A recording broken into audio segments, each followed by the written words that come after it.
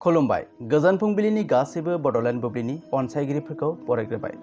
दिनै 30 एप्रिल बृहस्पतिबारनि फानजामुथिखौ फरायथिनो लादों आं रबिन बसुमतारिया। फानजामुथिनि गिबियाव दं मेष राशि। नोंथांनि फोथायनाया गोजौ फारसे थागोन, साख्रियाव दावगानायनि खाबु थागोन। वृष राशि, मोजां मोनलायनायनि जेंनाया सुस्रांगोन, खामानियाव जाफुंसार जागोन।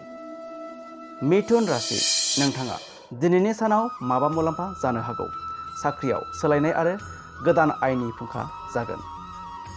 कर्कट राशि, रांखान्थियारि बिथिङाव सांग्रां जा, थालांनाय खामानिफोरा जाफुंनो हागौ। सिंह राशि, साख्रि बाख्रियाव नोंथांनि बिगोमाया खुसि जागोन, प्रमोशन जानायनि खाबु दं। कन्या राशि, गोसोआरि नारसिननायखौ मोनदांनो हागौ, देहायारि सावस्रिखौ जोथोनै लानांगोन। तुला राशि, सोरजिलु खामानियाव गोसो गुदुं जागोन, लोगोफोर आरो नखरजों मोजां सम बारहोनो हागोन। वृश्चिक राशि, नोंथाङा साख्रियाव गोदान बिबान मोननो हागौ, खामानियाव हेफाजाब मोनगोन। धनु राशि, दावबायनायनि थाखाय गाहाम सान, समाजाव मान मोनगोन। मकर राशि, जिउ राहायाव बिथांखिफोरा जाफुंगोन, नखरारि बिथिङाव सांग्रां जानांगोन।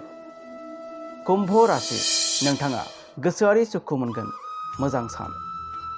आरो मीन राशि, मोजां मोनलायनायाव खाथि सोमोन्दो बांगोन, रांखान्थियारि थासारिया गेजेरावनो थागोन। दिनै सानसेनि राशि फरायथिनाया बे एसेनोसै।